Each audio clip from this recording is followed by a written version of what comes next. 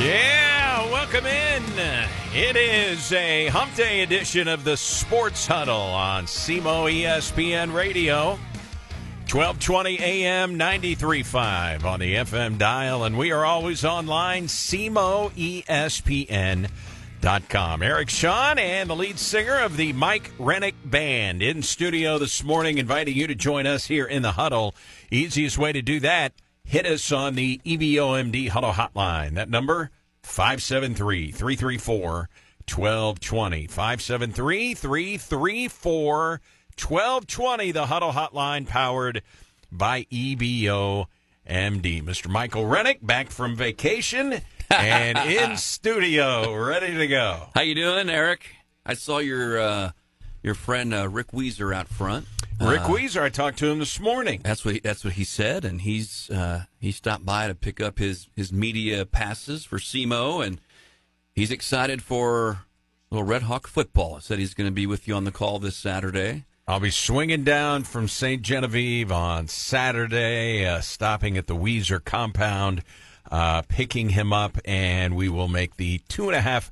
Now, it's longer from St. Genevieve, but from Cape, it's a 2.5-hour drive, if we don't have any construction or freaky things, to Jonesboro. I always have to. I've made that drive 187 million times. You got to make time for the freaky things that could happen. If you're traveling game day, yes. Yes, absolutely. And I always still get a little apprehensive traveling on game day. Mm-hmm. Some games I'm leaving with the team on Friday, but I also broadcast Jackson football. So I'll be at the pit on Friday night as the Cardinal Ritter Lions come to Jackson, and then it will be the travel down to Jonesboro, Arkansas for SEMO and Arkansas State, which, by the way, if you're scoring at home or on that side of the sneeze guard, it's 3 days, 8 hours, 54 minutes, and 20 seconds. Now, when you kickoff. When you say that you get a little apprehensive about traveling on game day, does the apprehension level increase with your lead foot level? No. Okay. No. Okay. I'm a cruise control guy now. I already went through I went through that phase. In fact, one of the things that slapped my ear back was a drive with the legendary Jess Bolin and myself to Jonesboro, Arkansas. Driving, and you take Highway 412, you take 55, 412 over, back then you used to drive through Hayti Heights on your way to Kennett, and then you go through Zenith and Paragould, and then you go to Jonesboro. Take 412 the whole way. So you used to, before they put the Hayti bypass in there, drive through Hayti Heights. Well, of course, I didn't know that was a speed trap, much like Caro. And so there used to be one cop there. I don't think he's there anymore. Before they put the bypass in, and the semi was driving really slow. And Jess would always be grabbing the Jesus bar when I'm driving. So I passed this semi right in front of that cop, man. He's sitting there handing out tickets, I guess. Pulled me over. I got a ticket. And then our alternator went out right near Zenith. Had to rent a car. We ended up getting there and getting the equipment set up as the first pitch was coming. I think we got on the air for the third pitch of the ball game.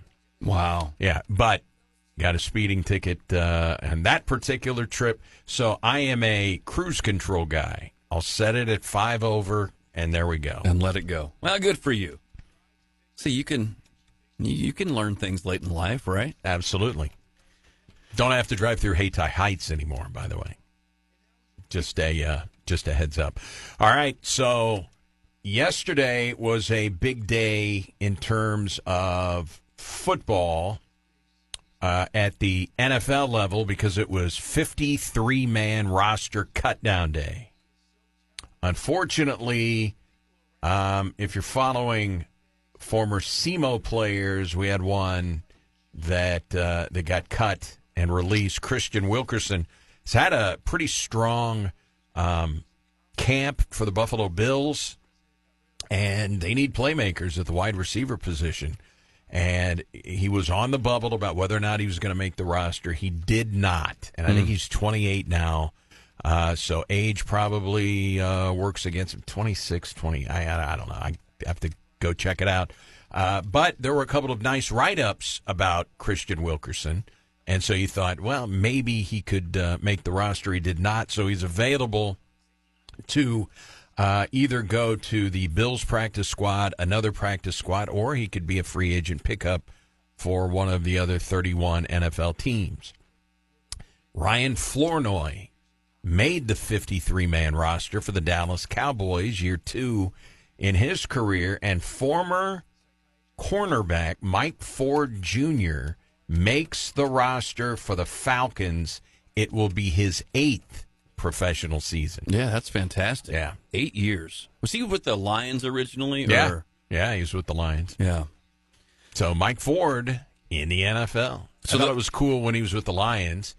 I mean, he came to play in his namesake. They played Ford Field. Yeah, that's right. Walking in. Yeah. Hey, I'm Mike Ford. This is my place. The Kansas City Chiefs. What's interesting, and I think you could read the writing on the wall, this for the Chiefs, very rare for them. They kept 8 wide receivers. Okay. And I think the biggest reason why is because Rashee Rice is going to have a suspension from the league. He has gotten his legal troubles behind him. I think he still has to serve a short time in jail. I don't know whether he has to do weekends, whatever it is. You can Google that. But the NFL is at some point going to have his disciplinary hearing. It's September 30th in New York. So I think the Chiefs have to realistically plan for some sort of a suspension for Rashee Rice. But they kept 8 wide receivers and a guy that you'll recognize that they ended up waiving, fullback Carson Steele, the guy with the long blonde hair. Really good story. They've talked about him the last couple of years. He was a casualty of the 53-man cut down. But the Chiefs going with a lot of wideouts. Rashee Rice, Xavier Worthy, Hollywood Brown, Juju Smith-Schuster is back, Tyquan Thornton, Jalen Brownlee, Jalen Royals, got a couple of Jalens. So we'll see what happens to Rashee Rice. But that is the deal with the Kansas City Chiefs. Yeah, hopefully, you mentioned Wilkerson. There's hopefully an opportunity. Obviously injuries happen, all those sort of things, and maybe get a chance to be picked up somewhere else. So. And there were some injuries with Buffalo, which I think, kind of buoyed everybody's optimism who's rooting for Christian Wilkerson, right, that maybe, hey, that's an opening for him. But I think it came down to him and 2 other guys, and it was a numbers game, unfortunately. But he's been with the Patriots, he's been with the Raiders, and now Buffalo Bills. We'll see where he ends up. But hopefully he can continue his career, if nothing else, on a practice squad where you're an ankle turn away from getting the call-up. That's what happened in New England when Belichick was there. He ends up calling him up. He catches a couple of touchdown passes with the Patriots. Did you, and I'm guessing no, did you follow any of Chiefs preseason football? Man, just a glimpse, a little bit on the radio, saw a little bit on the TV, but just a glimpse of it. So the Chiefs were up 17 points on the Bears. They ended up losing in a last-second touchdown. Okay. Mahomes was out there for 21 snaps, but he was 8 for 13, 143 yards, a touchdown, and then he threw a ball right in the chest for a touchdown pass, and it was just dropped in the end zone. They had to go for a field goal, unfortunately. But Mahomes looked sharp. He completed a 60. Let's see. How long was that pass? It was like a 58-yard completion to Tyquan Thornton. I mean, it was a beautiful ball, and maybe they've got a little speed to stretch the field this year. And one of the things Patrick Mahomes has talked about in the preseason was working on his accuracy for the deep ball, and maybe they'll be able to throw the ball deep a little bit. We'll see. But okay. He was phenomenal in the brief time that he played in 2 preseason games. Yeah.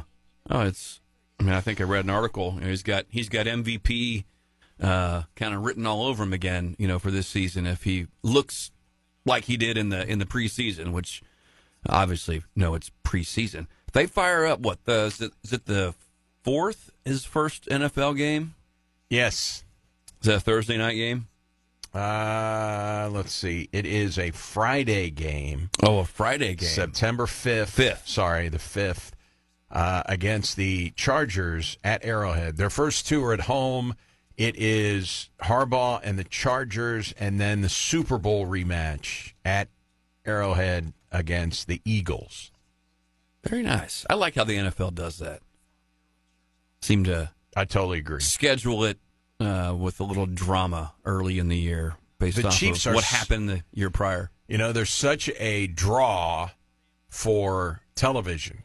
And so the NFL wants to put them, at least while they're in this state, while they're really good, and Mahomes and Andy Reid and Travis Kelce,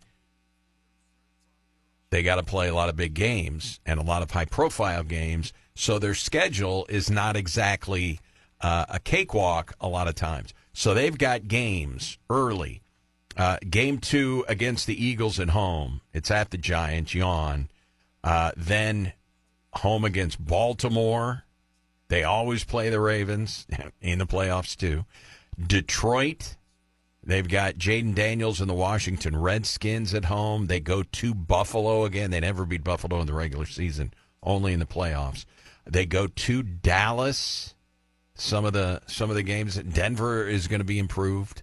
I just think that the AFC West, I don't think the Chiefs are going 15-2. First of all, they got a lot of breaks last year. You don't tend to get those breaks consistently over the course of multiple seasons. And I just think, quite frankly, it's a tough schedule. It is, but it's a tougher division. Yeah. Because of the coaches. Jim Harbaugh with the Chargers, Pete Carroll, Super Bowl winning coach. I mean, and Harbaugh went to a Super Bowl with the Niners, won a national championship, obviously, at Michigan. Pete Carroll has a Super Bowl under his belt. Should have won 2 if the offensive coordinator didn't mug it by not handing the ball to Marshawn Lynch against the Patriots. And then you've got the Denver Broncos. I mean, you got elite coaches now, and I just think all of those teams are just getting better. Yeah, I mean, didn't the Chiefs, they lose to Denver late in the year last year, or was it? It was the final game, and they game. They didn't play anybody. Yeah, they should have lost, but they eked a lot of games out. They should have lost to the Broncos at Arrowhead. They blocked the field goal. That was it. That's what I was thinking of. Yeah, they should have lost that game. Yeah, that's right. Yeah. Yeah, there were, like you said, there were a few breaks that kind of went their way, but that's part of it, right? Yes. I mean, how many times do you hear Jess say, you just got to get lucky? There's a lot you can count on to win a championship, but luck's part of it, and the breaks went their way last year. So we've got college football starting tomorrow. I mean, games for quote unquote week 1 get underway. We had the week 0. Right. And part of that is going to be the Mizzou football team hosting Central Arkansas. We'll have the game on the home of the Mizzou Tigers, 960 KZIM. So you can always listen to Tiger football and basketball. SEC Network will televise the game. Right now, let me see. Oh, you can't be serious. I'm not seeing a line. I've seen a line on a lot of games, but not the Mizzou game. Let me refresh it. Anyway, so when they win this game against Central Arkansas, and we'll talk about it in a second, you will not storm the field at Faroe. You will not, or you're going to pay the consequences. But Eli Drinkwitz on his coach's show last night verified a report earlier in the day by ESPN's Pete Thamel that it will be Bo Pribula starting and playing the first half. And regardless of the score, Drinkwitz says, Sam Horn will come in after halftime and he'll play the second half. That is the way that he is setting it up to go tomorrow night. So is Bo then the guy he thinks it's going to be? He has not made a decision. He wants to see them in game situations. I think if that's how he wants it to go, I think it's good to give them each a half. Maybe get a chance to, get into a groove, get several, series of downs under their belt, as opposed to maybe quarter. I'm okay with that. But, we were kind of discussing, was it last week? Whoever he runs out there first, is that who he kind of has in his mind is the guy. And it's that guy's kind of job to lose, but maybe not.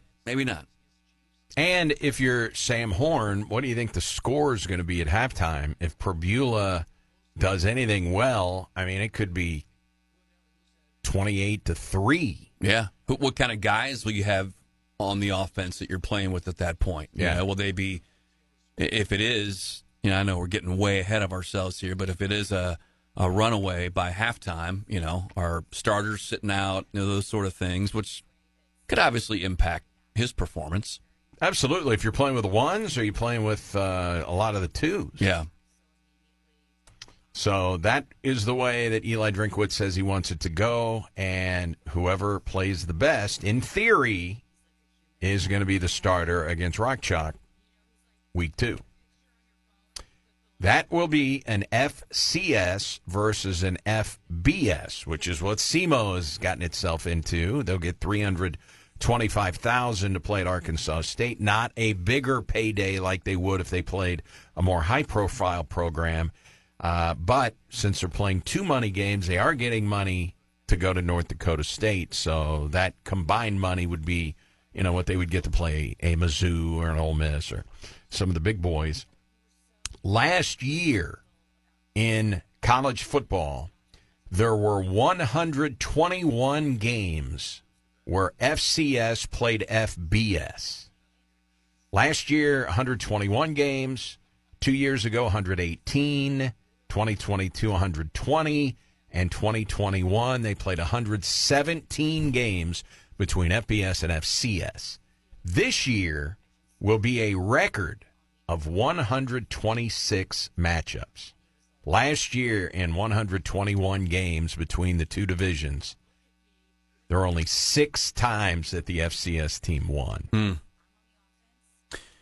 SEMO's 1-28. I can't say I'm surprised by that, and this may not be the only reason, but, these FCS programs, with all these new court rulings and revenue sharings and all those things, that are in place or going to be in place, they need money. That's just flat out the truth. They all need money. So not surprised that maybe you're seeing more of it.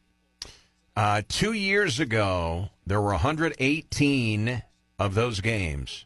Only 4 FCS teams won those matchups. So the odds are just stacked against Central Arkansas. The odds are stacked against the Redhawks. For one thing, FBS programs, now they're expanding and everything's changing, but they get 85 scholarships. Right. FCS gets 68. So you're playing with one arm tied behind your back already in terms of scholarship athletes that are going to be eligible to get on the field and play. But if you look at these 2 matchups that you just said, don't you think Redhawks have a better shot at being competitive in the game than Central Arkansas? Yes, because Mizzou is on paper better than Arkansas State. I like the was it New Mexico State they played a couple years ago? Last year. I mean, SEMO should have a good matchup. Should have won that game. Yeah, they should. Had an opportunity, but the difference is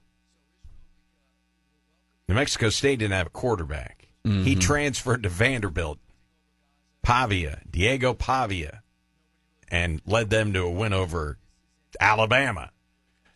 So Arkansas State does have a legit quarterback. He's really good. Third-year starter, former Sun Belt Freshman of the Year, dual threat guy. He's got a legit guy who probably will get a look in the NFL at wide receiver. They've got some drop-down transfer, not drop-downs. They're FBS. Portal guys at wide receiver. They're really good on offense. Strong running backs. This is a legit offense that the Red Hawks are going to face. So, and a legit program. I mean, you can look back at the years. It seems like they're always in a bowl game. Yeah. They always get to that. I think it's 3 years in a row. They won their bowl game last year. Yeah. Arkansas State. Yeah. So when Mizzou beats Central Arkansas tomorrow, do not, if you're going to be at the game, do not think about rushing the field. So Mizzou puts out they put out a memo yesterday. Okay, I'm gonna give you some of the highlights here from the University of Missouri System President Monchoy and Athletic Director Laird Veach in an effort to curb the court storming and field storming. Joint statement. Mizzou students and fans, quote, will no longer rush the field. Now, a little background. The SEC announced during their spring meetings in May that any team whose fans rush the playing surface will incur a flat $500,000 fine. Cut and dry, $500,000. Against SEC opponents, that money goes directly to the school, the visiting school, the opposing school. Non-conference, it goes to the league office and the postgraduate fund that they've got. Reading from the memo, the statement, quote, in this era of revenue sharing, we cannot afford, literally or figuratively, to give our opponents a large sum of money. And to enforce the rules, Mizzou has announced it is using cameras in the stadium, Mike, to record and identify perpetrators. Quote, perpetrators will be held to account. They may be trespassed from campus, fined, suspended, or expelled. Under the previous rules, teams were fined $100,000 for a first offense, $250,000 for a second, $500,000 for a third, or any subsequent infractions. Mizzou has already had 2 strikes. They got a $100,000 fine in 2023 by storming the football field in a win over Kansas State. And then last December, when they knocked off the Kansas Jayhawks, they stormed the court at Mizzou Arena. So they got a $250,000 fine in that instance. But there is a caveat in the most recent rule change. Some teams are opting to utilize this. The league, the SEC, can choose not to fine a team if the visiting team and the officials have left the playing surface. Then you can rush it, and the league can choose whether or not it will go with a fine. Arkansas, for instance, they announced they will allow fans to rush the field following a momentous win, but only after a 3-minute delay. Mizzou says they're not doing that. Here's the quote, final quote. We can celebrate in the stands with our fellow fans. We can celebrate outside the venues. We can share memories for years to come, but we all need to stay off the field after games. And they also said, we also don't want to act like it's a big deal when we win a big game because we're a big program. Right. Act like you've been there. Right. All right, so if the referees have left the field and the visiting team has left the field, Arkansas will let people storm the field. You can storm the field, and there will be no fine. Or they could choose to not fine you because of those circumstances. The wording is the league can choose not to fine a team if the visiting team and officials have left the field. Man, if you're the visiting team, you're like, rush the field. Right? It's payday. Let's get our people. I mean, if we're going to lose. Let's get our people to rush the field. If we're going to lose, then let's get a little something out of this thing. I thought that was interesting. It goes to the school? Yeah. Yeah. So in a conference game, it goes to the visiting school. Correct. Non-conference game, it goes to the league office, and that goes to a fund for graduate students or whatever the case is. Correct. So keep that in mind when you are headed for a field if you're going to watch any Mizzou football this year. So are you guessing that there could be some storming of the field tomorrow? Is that what you're kind of warning everybody now? It's a joke. I know. Nobody's storming the field with a win over the Bears. The Bears from Central Arkansas. Maybe when Bama comes to town, that might be a. See, I think that's legit. Yeah, that could be a legit one. You beat the University of Alabama, yeah. Kansas, you wouldn't think so, other than just that rivalry. The rivalry, yeah. Act like you've been there. And it also kind of ends. It also, how's the game end? Sometimes that makes that's a big influencer as well. Correct. If it's a last-second field goal or a touchdown, then that amps people up quite a bit. Mevis kicks a 61-yarder at the horn. Yeah, right. He got cut yesterday, by the way. So, Andre Palante. Oh, you're going to bring his name up? There's got to be a discussion here. Cardinals have won 1 of his last 11 starts. 1. That means they're 1-10. Overall, he is 1-8 in his last 9 starts. So he's getting a decision every start. So it's not like he's leaving with a lead and the bullpen is blowing it. He is getting decisions and their losses. In his last 9 games, 1-8, Mike, ERA of 8.27. 9 games is a big sample size. He had to throw 30 pitches in the first inning and gave up 5. He gave up all 8 of the runs he allowed in the first 3 innings. It's 8-0. It's over. Yeah. Now, Marmol let him bleed out a little bit, and, he didn't give up any runs in the 4th and 5th, so he went 5. Gave him somewhat a little bit of length, but, kind of brutal.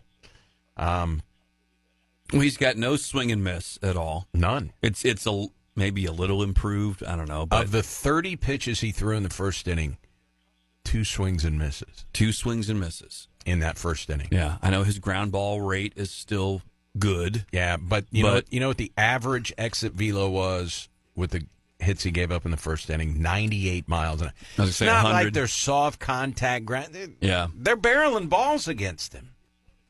Exit velo doesn't lie. Well, he had somewhat control issues.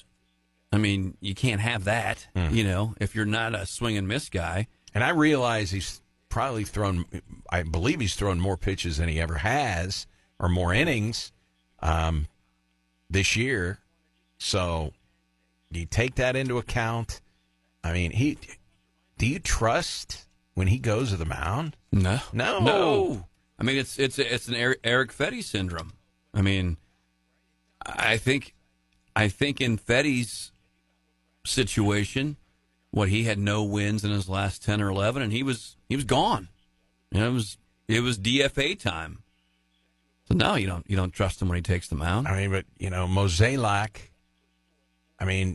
They're running Fetty, Michaelis, Palante, and we told you Cardinals are 1-6 in the last 7 starts by Liberatore. He hasn't been good at all. And that's your rotation. I mean, I know McGreevy is up there and Sonny Gray is pitching. So what do you think, Oliver Marmol, about Andre Palante? If you look at that game, if you're going to lead the league in ground balls, then you're not getting outs on ground balls. That leaves you in a really tough position, and that's what he lives by. So that first inning is a decent amount of that. They get him for a homer as well, and then he gives you a couple of scoreless. But at the end of the day, man, there's a lot that you're taking into consideration. What's best for him? What else you have underneath? So you look at what the league has done against them, especially as of late. There's some real adjustments. If you look at righties, how they're attacking them, lefties, the attacking, I mean, guys are a lot more uphill against them, less on the ground, and that's what gives them success. So as the league's making adjustments, I think we talk about this a lot on the other side of the baseball where hitters get figured out and then they have to make an adjustment and flip the script. There's no different for our pitchers. Like, the league is making a real adjustment against him, and he's having a hard time combating it, but he lives off of contact. And when those don't lead to outs, especially on the ground like that first inning, he's left in a really tough position. Yeah. You know, you see why Chaim Bloom / Randy Flores, why the Cardinals went with guys in the draft who have swing and miss. Absolutely. Velo and swing and miss, because the Cardinals pitchers don't have it.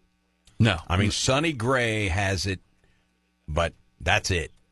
And that's pretty much been, I mean, when's the last time the Cardinals had a starter that had swing and miss stuff? I mean, I can't remember a guy that, I mean, they've always kind of made their rotation around good control, ground ball pitchers, let our defense play.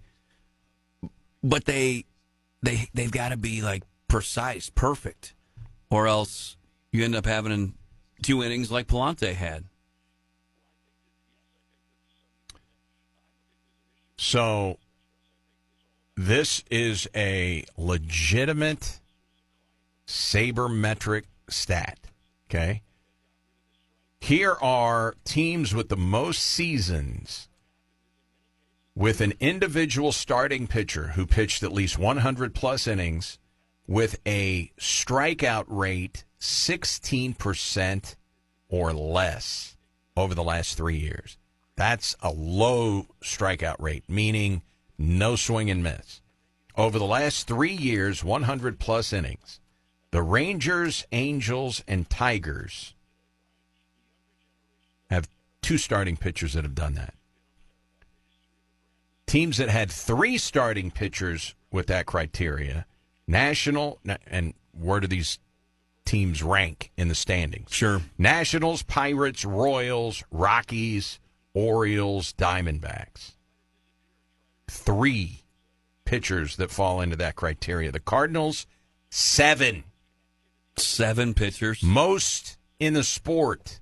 Well, there you go. And again, it's an individual starter with 100-plus innings with a sub-16% strikeout rate over the last 3 years. 7 for the Cardinals. Yeah, I mean, I can't remember.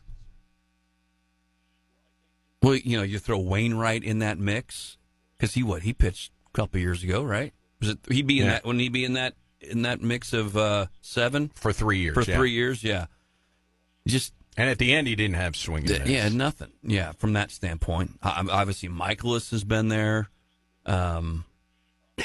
You go down the list of pitchers, there has been no swing and miss, which is exactly what that stat just said. I mean, you go back a ways, guys that could get swing and miss. Carlos Martinez could get swing and miss. Chris Carpenter, I mean, you're going back. And then Waino in his prime, yes.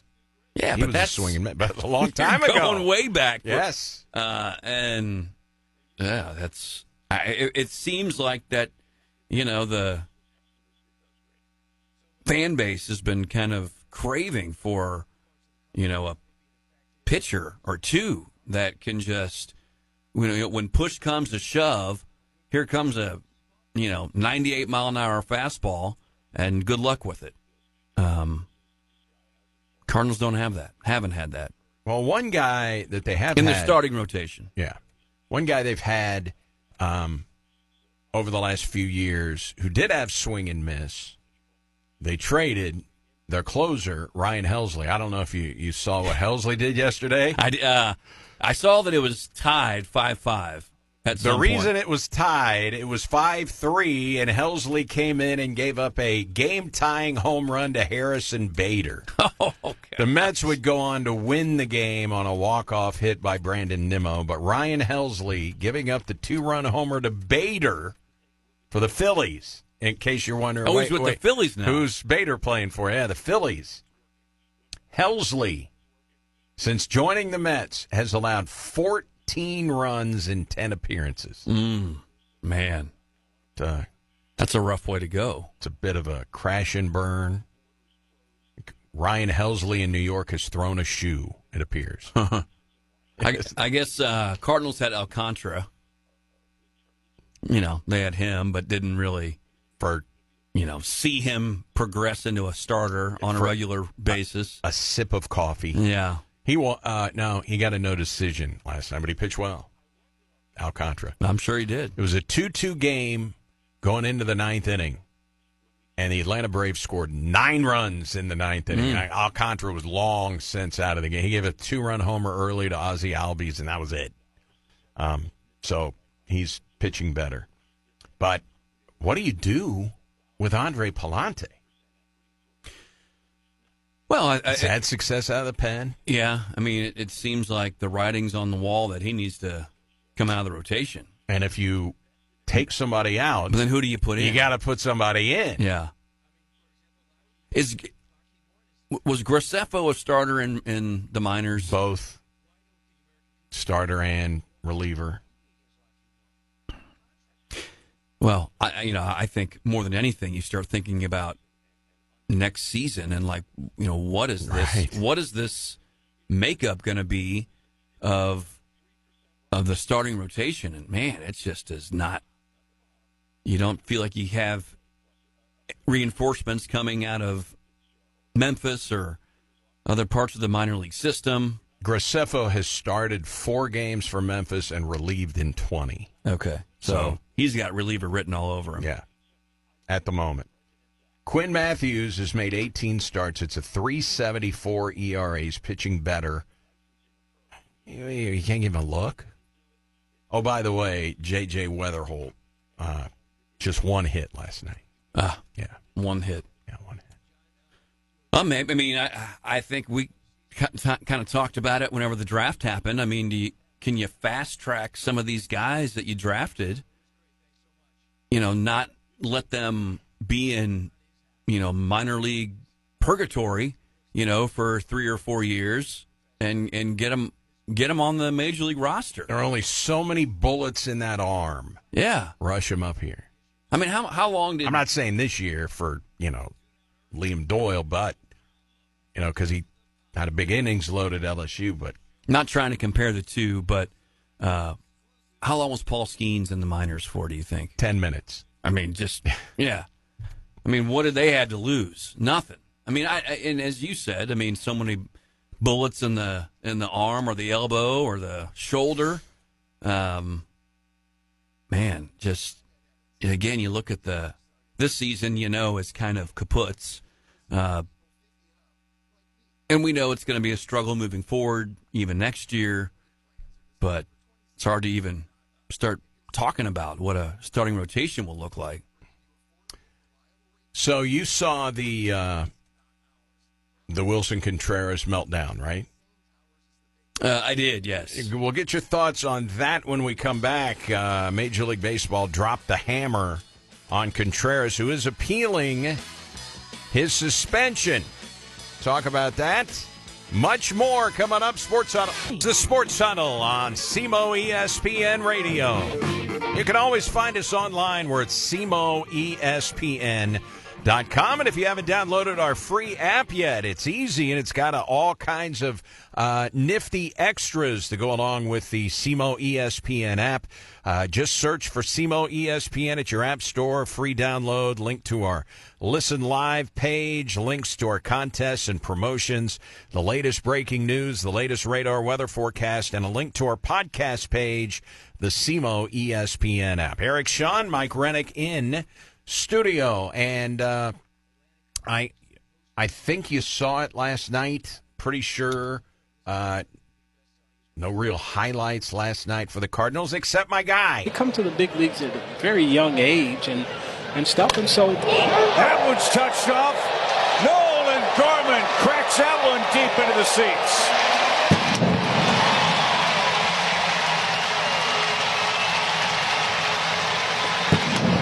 That's the 13th home run for Nolan Gorman, who I am all over. I know Cardinal fans. I've seen enough. I handle the strikeouts. Okay, power hitter strikeout.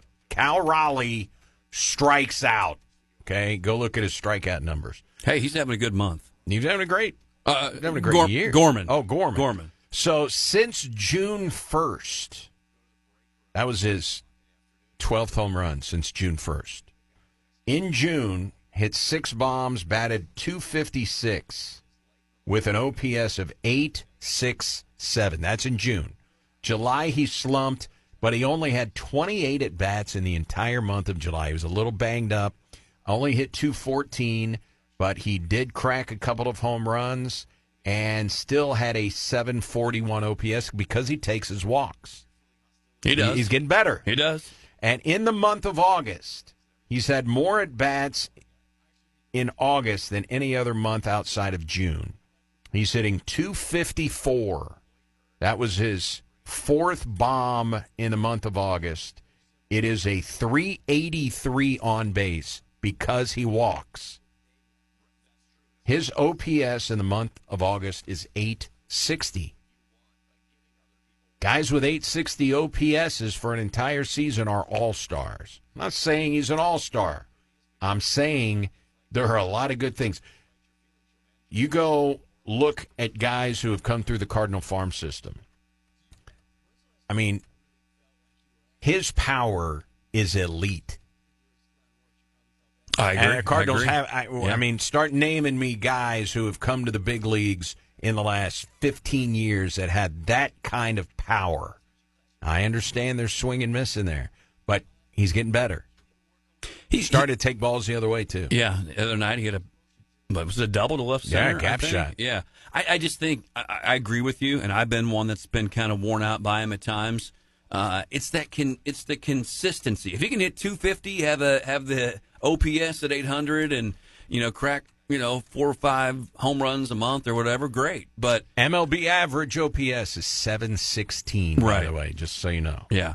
But, you can't – he just doesn't stay on the field, in my perception. He doesn't stay on the field. You mentioned the July. He was banged up. He's obviously been a little second fiddle, this season still with Nolan Arenado deciding that he didn't want to go play for the Houston Astros. So the Nolan that has more power, his last name is Gorman. That's correct. Yes. Yeah. He's got more power than Arenado. He doesn't have quite the glove or the arm at third base. Absolutely not. But regardless of that, just speaking offensively, I think, it'd be great to have him see what he can do for an entire season. That he's in the lineup consistently. He's out there. He's staying healthy. I think he deserves another year. So, but he's got to get at bats. Yes. He just, which I know is part of the problem with what's happened this season. I mean, you got to have him in there all the time to really kind of get an idea of what you're going to get year in, year out of him. I mean, like you said, the power. It seems like he's made some adjustments. He's walking more, going to, the opposite way, but just need to see him on a regular basis, which we are right now. So that's where the numbers are kind of bearing out. So have you seen any video of the Miami Marlins closer named Tyler Phillips? I don't believe. Okay, the video has kind of gone, I'm not going to say viral, maybe borderline viral.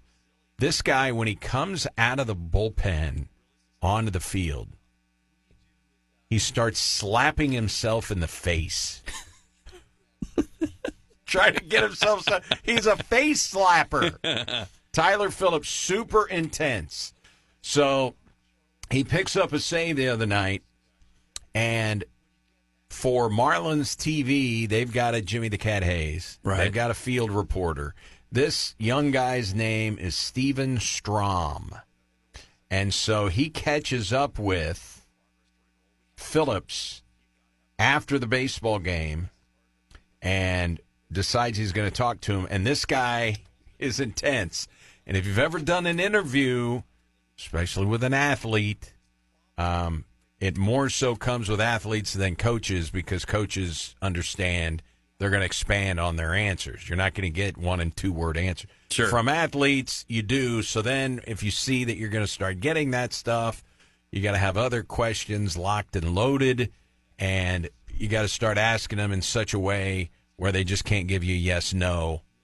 You got to get them to expand a little bit. Anyway, So this young field reporter, Steven Strom, interviewing Phillips after his save, and the adrenaline is still pumping wildly for Phillips. All right, Jack, thank you very much. Tyler, you threw 32 pitches yesterday. When did you know you were going in tonight? When they call down. And you were ready to go? Yeah, I'm ready. They call down, I'm pissed off, I'm ready to go. Why do you get so pissed off? I don't like hitters. How did you get through that 9th? Throw the ball over the plate. How long does it take you to cool down after a win? I never cool down. And the slapping, what was the level of slapping when you came on? Pretty hard, my face is hot. Yeah. How important was it for your team to get this win today? It's big. I mean, every win's big. It doesn't matter what the record is. Every win's big. That's what we're here for. It's to try to win the game. What has this organization helped you unlock for your career this year? I think just be yourself. Go out there, do what's you. Whatever's going to make you successful, that's what you do. And this team, I see it. We're a lot of young guys, and when you play for each other, have some fun with it, that's what you got to do. Great win. You're scaring me. Go to the clubhouse. Thank you very much. He was frightened, the reporter, Steven Strom, a little frightened. I don't like hitters, and my face is hot. Yeah. He's a face slapper. I never calm down. I never cool down. That's good. So good stuff there from the Miami Marlins closer. The face slappers. Now you see, I don't know if you watch much UFC. I don't know. Or boxing. And I like boxing. Okay. You see some guys. They kind of punch themselves. They will do that. Yeah, they kind of punch. Yeah. You usually don't see baseball players do that. I'm not saying it never happens. So it sounds like that guy, Strom, the reporter, he has a rapport with the guy. Yeah, and you can tell he's done his share of asking questions in interviews. Sure. Or he wouldn't have gotten the job. Right. This, on the other hand, is a different deal with a student reporter. His name is Daniel Shy. This is at the University of Arkansas. And he is a student reporter. He's the associate sports editor at the school's newspaper, the Arkansas Traveler. And he is having a press conference, the head football coach, Sam Pittman. Now, keep in mind, it's the second year for offensive coordinator Bobby Petrino, very well known, at Arkansas for the motorcycle accident. Anyway, so Shy is at the press conference attempting to get out a question for the head football coach, Sam Pittman. And again, he is a student, so you've got to take that into consideration. But as far as I'm concerned, it is press conference gold. Here is Shy attempting to ask Pittman a question at a press conference. And then a lot of talk about, year 2 under Bobby. I guess maybe year 6 under you doesn't sound quite as exciting to the eye, but I guess have you learned anything that I guess, sorry. Was there a question in there? Yeah, what the hell are we doing? Sorry. I guess, is there anything new that you've learned about yourself that you're looking to take into this year? I guess I should just lead with that. I guess I should have led with that. Okay. Now, he's a student, and, we all... Hey, we were all young, media people at one time. We've been in the student media learning situation, and we know how that goes. There's nothing more comical than engaging in student media, whether that be watching like a news broadcast, a sports anchor, boom goes the dynamite, listening to radio play-by-play, or a guy like that. Like you can't script comedy as well as young college, soon-to-be professionals, college-age students like you and I both were, that are trying to cut their teeth, and it's fantastic. It's fantastic. It's a comedic content. It's great. And, he's stumbling all over himself. You cut the guy slack because he's a student, man. Was there a question in there? What the hell are we doing? Okay, so the guy's name's Daniel Shy. After the press conference, he immediately goes to his X account, Twitter. Oh. And here's his tweet. He said, "I messed up. I apologized to Sam afterwards. He was kind when he didn't have to be. His reaction was more than fair. I wish I could have that moment back 1,000,000 times over, but that's life." That's the beauty of the difference between whenever you and I were starting out young and now. Our gaffes disappeared into the ether. Into the thin air. Yeah. Now all the gaffes are recorded for a lifetime. And just give you documented for a lifetime. I just give you, for instance, you can find archived video on YouTube of our coaches' shows. Sure. And I'll ask Tuke a question, and I may get a response like Pittman gave the reporter, but let's relive it.